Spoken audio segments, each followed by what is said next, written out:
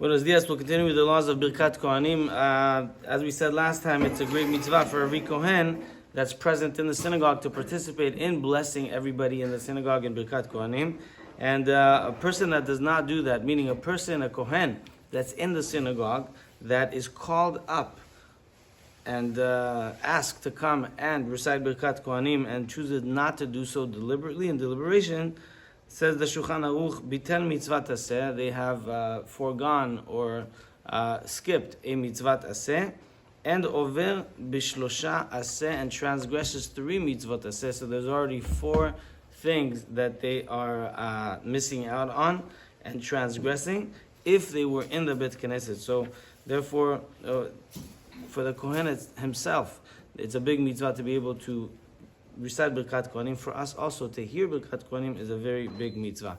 There's a halakha that the Kohen needs to remove their shoes when they go up to Birkat Kohanim. The question is, why remove your shoes when you go up to Birkat Kohanim? And may you, if you wish, keep your shoes on for Birkat Kohanim. Sometimes you have a situation and so on and so forth.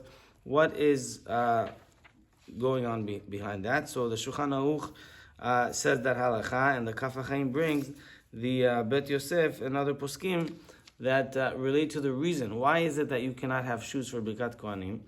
Because there's a concern that maybe if you go on with your shoes, it could be that you'll realize that you need to tie your shoes in the middle. You're standing there on the bima or so in front of everybody. You're a Kohen, and you realize you need to quickly tie your shoes. Your shoelaces have gone loose, and you need to tie your shoes. And what can happen is that you'll have a situation where you're standing with other Kohanim, everybody else is ready and prepared and starting the bracha, and you're there tying your shoes.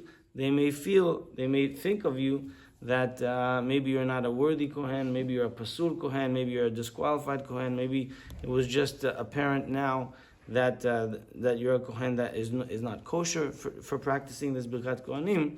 And to eliminate that and prevent that, walking up with shoes is not permitted, so you don't stumble along the way or have shoelaces that go loose and have that issue of, in the middle, having that stop you. The question that the Kaf HaChaim brings today is, what if you're wearing shoes that do not have laces? Many of us have shoes that don't have laces, and it's easy to perceive that as a way to bypass the issue.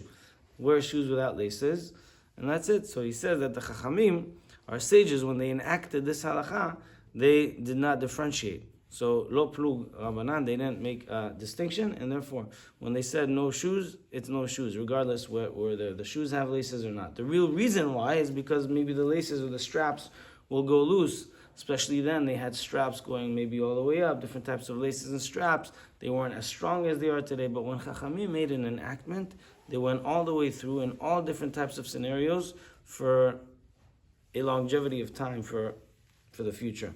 And they didn't distinguish, they didn't make a differentiation. They said no shoes, it's no shoes even if they have no laces, and therefore a Kohen needs to remove their shoes. Another question is, when they remove their shoes, where should they place their shoes?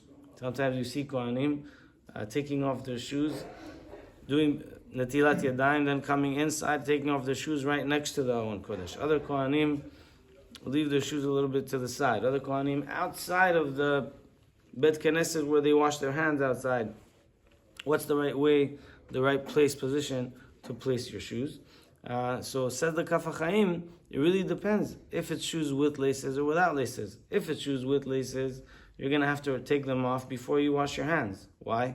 Because what's the point? If I do Natilat Yadayim, then I'm ready for the bracha, then I undo my laces, I didn't do anything, because now I'm going to need to do Natilat Yadayim again. So if it's shoes with laces, take off your shoes, right, probably before you're by the sink or something outside.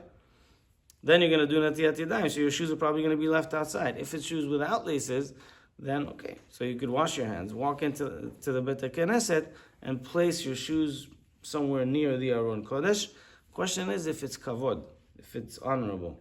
But if you go to many synagogues, you'll see a line of shoes right before the Aron Kodesh, and I guess it's something that doesn't cause an issue for people or seems to be with a lack of kavod, and it is allowed maybe also in winter or times that there's dust or things like that. Maybe it also makes it complicated to leave the shoes in a far place, and therefore it is permitted.